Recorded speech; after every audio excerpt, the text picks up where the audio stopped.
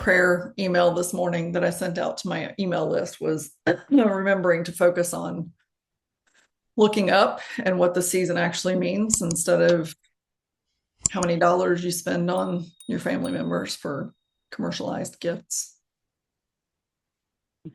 Not suggesting they don't buy gifts, but to make the purpose of the season the most important reason. Yeah. Mine has been reinventing your holidays. How can you make Christmas what serves you and makes you feel good in your soul when everybody leaves rather than being just tired and exhausting or glad they're gone, but what is going to make you feel like that was great? I can't wait until next year. Um, so that's what mine has been on, like, how do you craft that and knowing that it's not just going to happen your first year, but you can keep building it for your next year. And some of that may be impromptu also. Yes. Yeah, Mm-hmm. right? What's that? Letting God take the lead on that. It may be Yeah. impromptu. Maybe it's just, also allowing God to take the reins on that one and making it amazing. Yeah. Yeah. Yeah. It's hard. Like, I think there's all these traditions and there's all these expectations and what granny and great grandmother and all these people used to do. I mean, even for some people, it can come down to the dishes that you serve or, the dishes that you serve in. Is it going to, we've always made great grandma's deviled egg recipe and we've always used this platter. I'm like, get rid of it if it does not serve you. I mean, so I think it's okay to not do the same thing every year if it's going to leave you angry or frustrated or whatever, you know? It's true. I don't have anything left from my family traditions.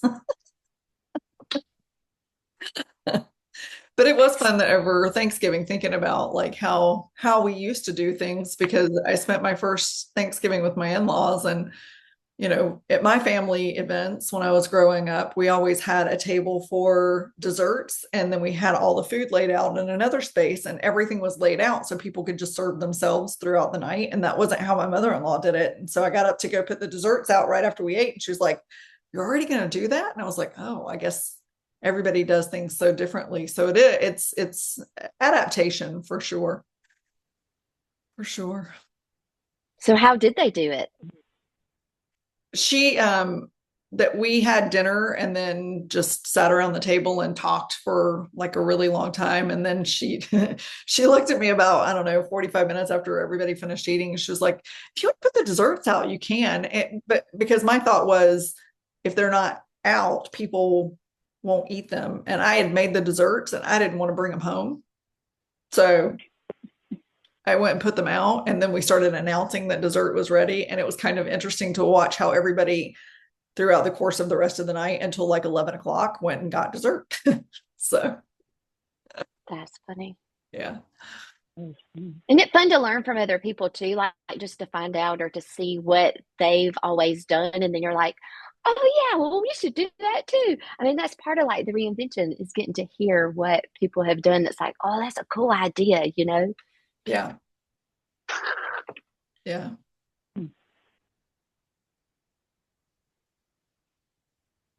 Yeah, we kind of I, rocked our traditions with not having Thanksgiving at home this year and going to somebody else's house. So that kind of was like, oh, this is way different. And that's good. Yeah. it was funny though because my friend and her husband did a lot of the cooking, and he sent me because when they asked us to come, I sent, "What can I bring? Here's what I usually make. Happy to make that any of those things, or whatever you want." And so I later found out your your menu is very similar to mine. And I was like, well, that's pretty cool. Except mine was like extremely pared down. There's only like 4 or 5 things, not 50 things, because we had so much food left over. But with Christmas, one of the traditions that we've had, and interestingly enough, we'll keep it, is that my oldest, her birthday is December 10th. same as Leanne. And we have always, and she thanked me for this over Thanksgiving also. We have always separated Christmas and her birthday. And so we never bought a tree or decorated prior to her birthday. Nothing. We might have put lights up, but we didn't turn them on. So, things, but we always went in. And then finally, kind of somewhere along the way, probably high school, she was like, we can go get a treat tonight on my birthday. But, even so, Lane and I we don't buy a tree until about the 10th. So it's funny how traditions stay. I love that. You know what I love the best is knowing that you don't really realize why somebody does something, but as a child, it would just be like, oh, my mom always did that, That's really cool. I don't know, just knowing that you did that makes, I don't know, it just makes me feel good. I'm not even your child. I'm like, oh, that's so good. For me, birthdays are special. My birthday gift from my grandfather was always my Christmas tree after I had my daughter. And I had my daughter when I was a teenager. I was 19. So living on my own, Christmas trees were expensive for me. So it was always my favorite birthday present because then I got to decorate for Christmas. So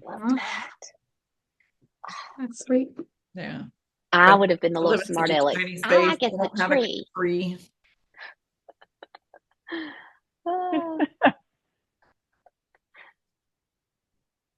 Oh. What about food? What do you guys eat for Christmas? Because ours is very different. Ours is different too. We have, we call it Christmas soup, but it's actually a Danish meatball soup every year for Christmas because that's what my dad grew up with, and it's simple. So that's what we always have that on Christmas Eve, and then we have the leftovers on Christmas. Cool. Super. That makes super it easy. simple. Yep. Send me that recipe. Right? Yeah, would you I only make it once a year for Christmas, and so that makes it special, Yeah. So, yeah. Yeah. And it's always so cold. So soup always sounds good. Yeah. That sounds good. We need a new That's amazing, but it leaves a lot more time to spend with your family. And you're not worried about getting everything cooked and ready and just so. Yeah, I like that. That's nice. We've done every year for Christmas Eve sausage and meatballs or sausage and cheese balls. That is a staple in my family and has been since I was a kid. And I'm always stuck by that. And Chex Party Mix, which my daughter's coming down for Christmas, so I have to make it this year. I wasn't going to, but now I have to. But I am holding off. We were in Costco this past weekend. I was like, oh, maybe I'll go ahead and buy the cereal. And then I said, no, I'm not going to buy it because then that'll just give me an excuse to make it way earlier and then we'll eat on it. And that's not good. And so I'm not buying it until the 23rd when she gets here. And then Christmas Day, I mean, at my grandparents' house, she always had a honey baked ham. I have not followed that tradition. For Christmas Day, I usually do something like a prime rib or ribeye roast or something. And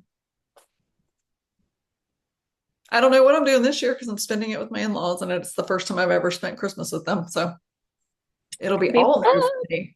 All new. That's awesome. Yeah. That'll be fun.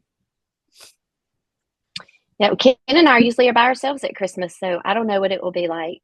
My after Zach. Before Zach, we used to go to North Alabama my whole life for holidays and never spent them at home. And so after Zach's accident, I just decided I'm not traveling anymore. We packed Christmas up every year of my kids' lives and took them to somebody else's house. And so I was just like, I'm done with that after 46 years. And so these last few years, I'm at home and I usually stay on the couch all day long. I snuggle up in my pajamas. And I only have one Christmas tradition cooking, and it was a breakfast casserole. So I still try to do that. And that was my mom. She was actually my stepmom, but she was like my real mom. But we always woke up Christmas morning to that breakfast casserole. So it's just super simple, and I still cook it it's just that comfort. It's like, so it's more like the comfort rather than I need it. It's just like that, probably like the Chex Mix cereal. It's just like, oh, it just feels good, you know? That party mix is my grandmother's recipe, and that's the only reason that I still make it, because Yeah. it takes me back to childhood. I used to get in so much trouble because she would always make it at Thanksgiving, and that's the start of the season.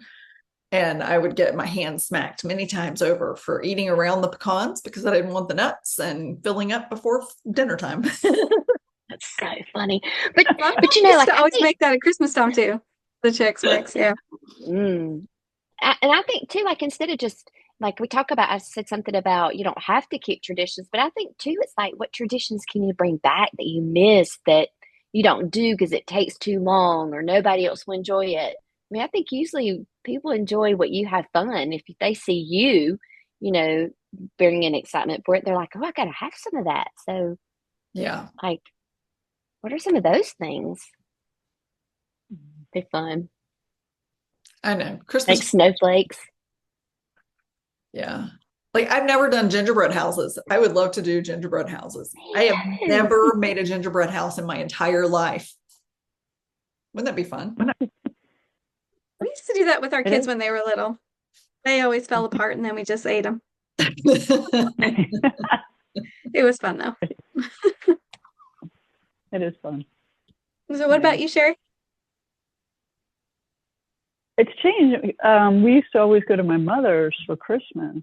And we would fly out there the day after Christmas, and that would be our big dinner. But she always served a leg of lamb, and that would be the only time I had a leg of lamb the whole year, and it was really, really good. Love it. But at home, it was turkey. And then we were like, we're done with turkey. We had it at Thanksgiving. We don't have to redo that, So we're like, now we have baby back ribs for Christmas. Oh, yeah. Yeah, and we make the sauce. It's all from scratch, and it's got a lot of sugar in it in one way or another. But for the sauce, for the barbecue sauce, we make everything from scratch. So. And I do make it a little healthier, but as much as you can without losing some of the taste. But it is a really good barbecue sauce. So that's what we usually have. We don't eat that a lot, so that's the one time that we do. Yeah. And the kids look forward to that because they're like, yeah, we don't want turkey either. That sounds good. Yeah, I'm not a fan of turkey. I will eat it for Thanksgiving if I must, which I must this past Thanksgiving, but I prefer anything else. I love turkey, but maybe it's just because I get it once a year. I don't know. I'll choose that over ham every time. I'm not a fan of ham. Oh, same. I'm not. Me either. Never have been. Well, I think the reason we like our. No, I was just going to say the reason I think we like our turkey is because it's spicy. Oh, yeah. Got a lot of flavor to it. Yeah. Makes a great bone broth. I don't think I've ever had spicy turkey. Might have to try that. We put a Creole butter and sauce in it, inject it, and then we have a rub that goes over it, and both are spicy. So we're just going to come to your house next year for Thanksgiving then. Yeah. Party at Sherry's. Hey, we do it at an infrared fire too, so no oil, no. Yeah, it's good. Yummy. Yum. That sounds good. We did it different for Thanksgiving, kind of a healthier side, because I'm like you would normally. I feel so bad after eating so much, and then I love the leftovers. Like you were talking about, Sherry, that's probably my favorite part, is like having those leftovers. And so we did, one of the chefs that came to the retreat gave little recipe cards, and she did some braised ribs.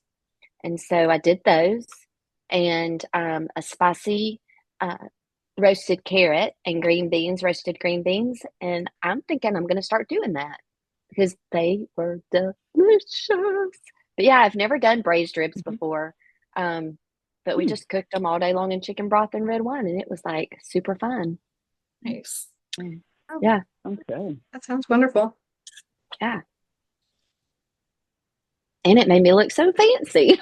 It's fancy pants. It was so easy. I was like, well, look at that.